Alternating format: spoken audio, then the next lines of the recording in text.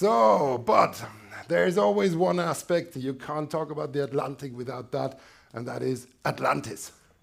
The search for a long-lost continent or city or something under the Atlantic. Is there any kind of reality to this? Well, the term Atlantic, the name actually comes from this because it was described already by ancient Greek historians and philosophers, and they are talking about the sea of the Atlas Mountains, and that is the Atlantic Ocean. So the name refers to the sea beyond the Pillars of Hercules, which is nowadays Gibraltar.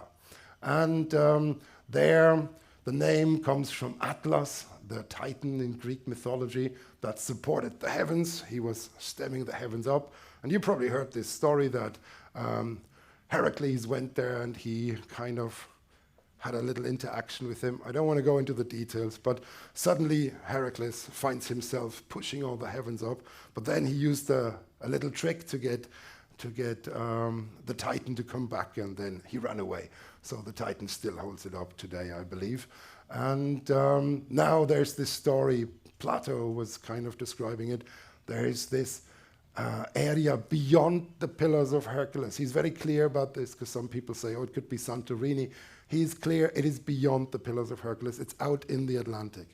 So, and there's all sorts of artists' impression of this. And here in this map, this artist here puts it there, actually exactly where the Azores are. So maybe he got inspired by this. And then in the lower right here, there we have the island of Atlantis, again with a very pointy bit, and the pointy mountain reminds me awfully of the volcano of Pico on the Azores.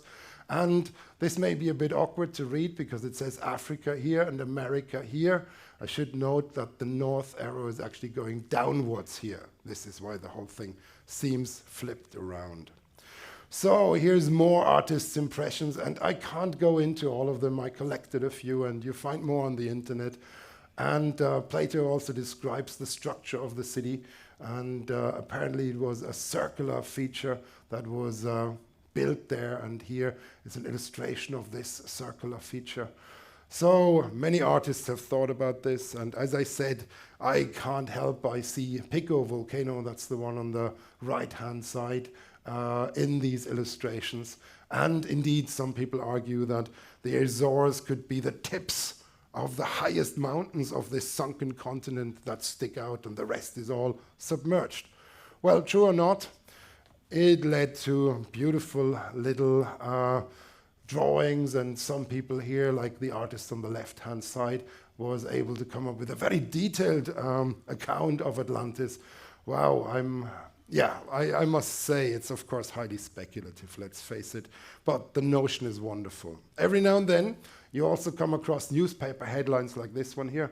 Atlantis found. Clear and obvious evidence. Well, no, it's not, obviously. So, and here's the news. This was the Rockall Bank. The Rockall Bank is actually a large, well-known area of volcanic rock that sits here. And the Faroe Islands sit right above it. It's that dark gray area between the United Kingdom and Iceland. And these are 56 million year old volcanic rocks that are now submerged. And there is no Atlantis there. But having said this, and I'm going to take a sip of coffee, there is actually something that could be Atlantis, believe it or not. It's Doggerland. I'm not sure whether you heard about Doggerland, but there is a large stretch of land that used to be above sea level. And it's the area between the present-day UK and Scotland and Scandinavia, and it's bordering Denmark, Germany, the Low Countries as well. And when we had a glacial maximum, tens of thousands of years ago, most of the water was locked in polar ice caps, and the ocean level was a lot lower, and these areas were actually above sea level. And when the glaciers melted, the water rushed in, and these areas got drowned. And it started off with a fisherman pulling up, believe it or not, pulling up this fossil from Doggerland, from the ocean floor. This is a mammoth. So there is actually very good evidence that animals lived there, and some people even argue they can see settlements down there with various imaging techniques, which is not inconceivable. So here is a little reconstruction. Doggerland could have looked like this. The entire area between, as I said, the UK, Denmark, Northern Germany, and Scandinavia is nowadays drowned, but back then it was a low country, so very low, probably very fertile, and this is also how people got to the British Isles. Before the channel was filled with water, people could actually walk there, probably with dry feet. So here, Doggerland and Dogger Bank, and Dogger Bank is still an elevated area in the North Sea, and if you go back a certain amount of times, and you think about how it all looked like, we can reconstruct this. There is always an element of speculation, but this area certainly drowned, and it is conceivable that someone in Greece, like the Greek Plato, could have actually heard about this drowned land and wrote about it. And this is certainly beyond the Pillars of Hercules from a Greek perspective. And I think that is actually the true Atlantis.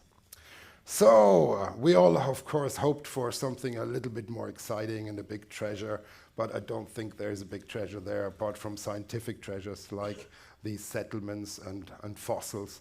But is there actually treasures in the Atlantic? And the answer is yes, but not in Atlantis. So I want to spend the last few minutes talking about resources in the ocean. This is a big topic now because we all realize if we want to convert our transport, if we convert our energy supply to non-fossil fuel supported systems, we need a lot more metals. This is a key issue. It's a bit of a dilemma. And just to give you a sense of this here, this is for copper on the right-hand side. It's a diagram. Conventionalist cars need between 18 and 50 pounds of copper, but if you think about larger hybrid or electric vehicles like an electric bus, given the current technology, it would need, well, many, many more pounds of copper here, 814 in this particular example. Maybe technology will improve, but we have real problems mining all this copper on land. And of course, there's a lot of resistance to mining. So the European Union has started to think about, can we actually mine things submarine? And there we're coming back to these black smokers. The black smokers are producing a lot of metal. So these dark little kind of clouds there, they are tiny minerals, zillions of tiny minerals of iron, copper, and other sulfides. So eventually we're making these chimneys there, but they sit on a mound of sulfides. Sulfides are the minerals that we want to mine for this. And there we have these bizarre chimneys that form, but they are made actually of sulfide minerals. You know, pyrite, fool's gold, that's a sulfide, FeS. It's the simplest sulfide you can think of. And there we can have also copper sulfides, but also silver, gold, arsenic, all sorts of other things, and importantly, cobalt. There's a lot of cobalt down there.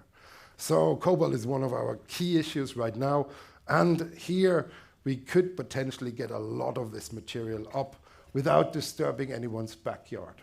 Now, again, we don't need to go into the details of this, but how does this work? Well, we have a lot of seawater percolating down, filtering down through the cracks. It gets heated up near a magma reservoir, and then you have hot acidic water that's leaching out a lot of these metals. And once the water surfaces on the ocean floor, it starts to precipitate all that, and that makes these deposits very rich in a lot of important metals, including cobalt, as I said.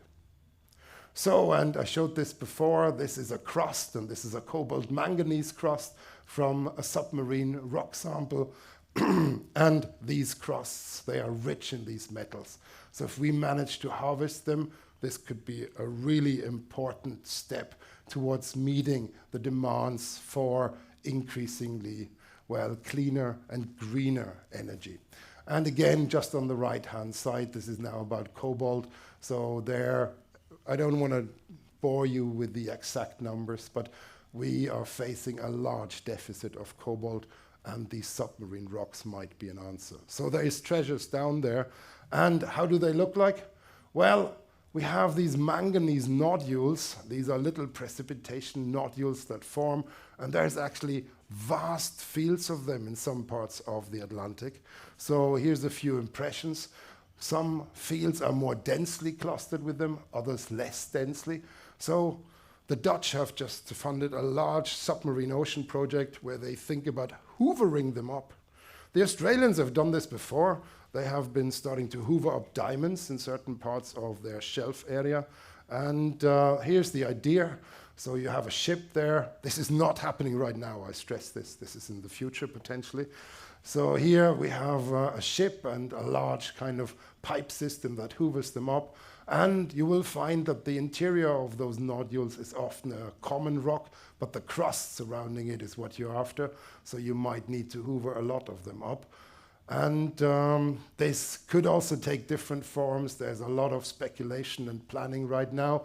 I mentioned this project from the Dutch government. They are also thinking about larger equipment operating on the ocean floor. You would likely not find miners down there. This would all be remote, and you would operate this remotely. Maybe you will have a reasonably high failure rate of equipment that you cannot retrieve, but I think that would be the price you have to pay, because diving down there would be almost impossible, and submersibles, it's very, very deep in many of these places. So this is kind of the current thinking. Will it happen? I can't tell you, but it's possible. Nevertheless, if we do something new, there is always a downside. Nothing is ever clean and perfect in reality, and that is, as a lot of people point out quite correctly, there is potential ecosystem danger down there.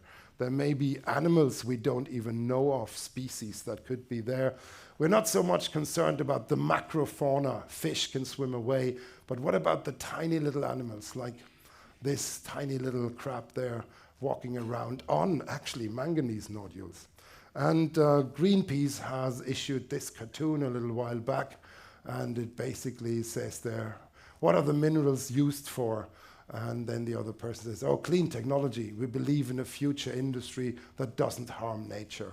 And of course, there is a dilemma in there. So I can't fix the dilemma. I can just say that if we are desperate for minerals, there are some there.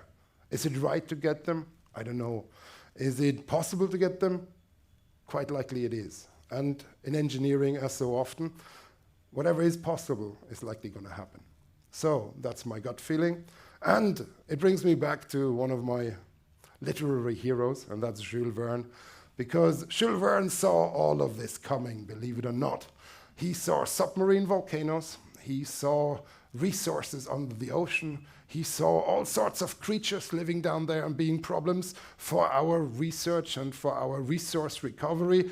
Well, the only thing he really got wrong is he believed in these creatures being giant creatures, while I actually think our biggest concern are the small creatures that we need to protect. So, thank you very much for your attention, and it was a great pleasure to have you here.